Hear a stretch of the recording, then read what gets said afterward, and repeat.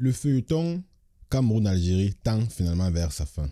Le feuilleton qui a commencé quand l'Algérie n'a pas accepté sa défaite. L'Algérie a voulu jouer les films, a voulu jouer les séries télévisées, a voulu jouer les mitumba, c'est-à-dire que partir manifester, ne pas accepter sa défaite, saisir les instances de la FIFA pour recourir au match retour qui est à Blida. Bon, vous savez, j'ai fait beaucoup de vidéos, enfin j'ai fait quelques vidéos auparavant dans le passé pour lorsque le feuilleton a commencé. Ça, c'est quand le groupe algérien a saisi les instances de la FIFA pour recourir au match retour. Alors pour rentrer dans le contexte, le match retour, c'est-à-dire qu'il s'agit des qualifications de la Coupe du Monde au Qatar, qui a lieu au Qatar, qui commence le 21 novembre 2022, dans quelques mois là, dont l'Algérie a perdu leur dernier match qualificatoire et ils veulent commencer à pleurer pour rejouer le match, ils veulent une deuxième chance. Et l'Algérie a voulu utiliser le Cameroun comme bouc émissaire, c'est-à-dire qu'ils voulaient utiliser le Cameroun. Ils ont accusé le président de la FECAFOOT, ils ont accusé la FECAFOOT en elle-même, et puis ils ont accusé le pays tout entier, c'est-à-dire que la nation camerounaise de complotisme avec beaucoup d'autres, bref, tout ça là.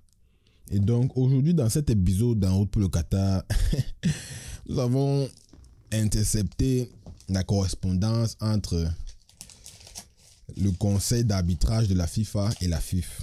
Vous savez que la FIF avait saisi le conseil d'arbitrage de la FIFA avec plusieurs points, plusieurs arguments pour pouvoir revenir au match. Et donc là, nous avons la réponse. Et sans plus tarder, c'est la peña fraîche. Ça, c'est une correspondance qui date du 5 mai. Donc, c'est-à-dire il y a cela une semaine. Et vraiment, moi, mon but, et vraiment, j'espère qu'après cette vidéo, les Algériens qui étaient hors de la raison vont revenir à la raison et se dire que bon, vraiment, on a vraiment perdu, on accepte la défaite et nous allons supporter le Cameroun lors de cette Coupe du Monde. Et comme vous savez tous, et comme d'habitude, ça se passe dans les commentaires. Donc, dites-moi dans les commentaires ce que vous pensez de cette correspondance.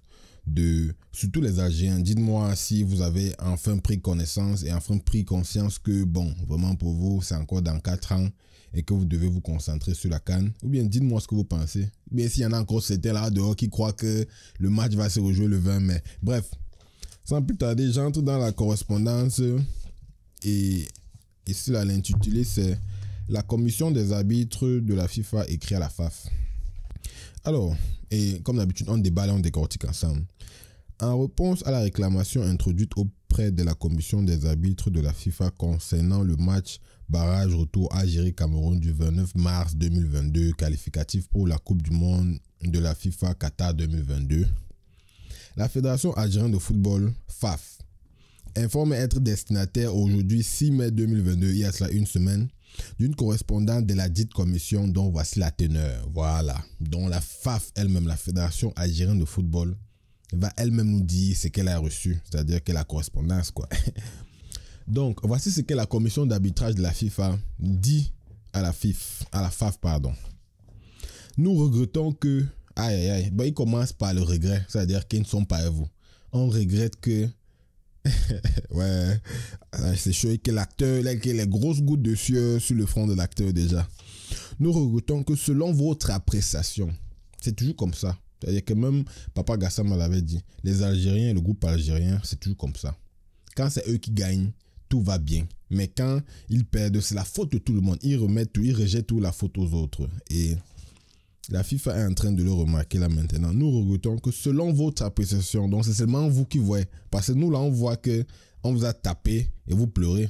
Donc selon votre appréciation, les décisions des arbitres aient pu influencer négativement sur le cours de la rencontre. Donc la FIFA regrette que selon vous, les décisions des arbitres aient pu influencer sur le cours du match quoi, de la rencontre. Et nous avons pris bonne note des éléments de votre courrier et nous pouvons d'ores et déjà vous garantir que l'ensemble des incidents survenus pendant le match ont été examinés avec soin par les 2 arbitres vidéo conformément aux lois du jeu et protocoles d'assistance vidéo à l'arbitrage. Attendez, je vais relire un peu ce dernier point là. Parce qu'il faut que vous compreniez bien.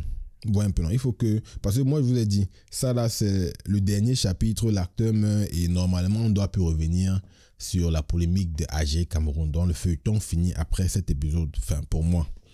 Donc, le dernier point dit ceci. Nous avons pris bonne note des éléments de votre courrier et nous pouvons d'ores et déjà vous garantir que l'ensemble des incidents survenus pendant le match ont été examinés avec soin par les deux arbitres vidéo, conformément aux lois du jeu et au protocole d'assistance vidéo à l'arbitrage. Voilà. Donc, les agents, voilà ça. Donc, ça, c'est pour vous dire que le match ne va pas se rejouer. Et que quand les décisions se prenaient pendant le match, c'était des décisions conformes aux lois d'arbitrage. Donc, il n'y a pas eu de mauvais arbitrage. Et ça, c'est seulement selon vous. Donc, ça veut dire que c'est seulement vous qui voyez qu'il y a eu un mauvais arbitrage.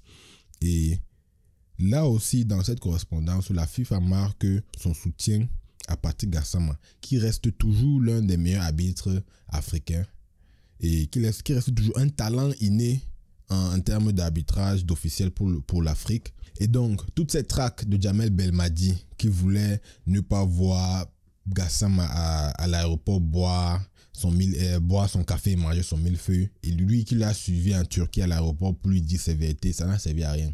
Tout ça avec l'approbation et le support et le soutien du peuple algérien qui voulait que ouais, on va aller, ouais, il ne sera pas tranquille, mais attendez. Vous voyez que tout ça n'a servi à rien. Et donc, je réitère ici là, Jamel Belmadi ne va jamais vous amener loin, vous, le peuple algérien. Donc, si vous savez, virez-le maintenant. Et comme nous sommes arrivés au terme de la série, nous sommes arrivés au terme du feuilleton, dites-moi dans les commentaires ce que vous avez pensé de ça et quelles sont les leçons que nous devons tirer. Parce que nous devons tirer des leçons pour le futur. C'est-à-dire que si quelqu'un paie, il ne doit plus pleurer. Quelqu'un paie, il doit aller repartir, s'entraîner pour revenir plus fort au lieu de pleurer, au lieu de saisir des trucs et perdre le temps, d'énergie et tout ça là. Et en réalité, je ne peux pas finir cet épisode sans évoquer la FECAFOOT, sans parler de la FECAFOOT, puisque la FECAFOOT vient de lister la liste des 23 Lions indomptables qui seront présélectionnés pour les qualifications de la CAN 2023 qui aura lieu en Côte d'Ivoire. Et sur ce, moi, je vais dire un petit commentaire. Je veux dire que dans la tanière, là, dans l'équipe des Camerounais, il y a déjà au moins 5 champions différents de 5 championnats différents.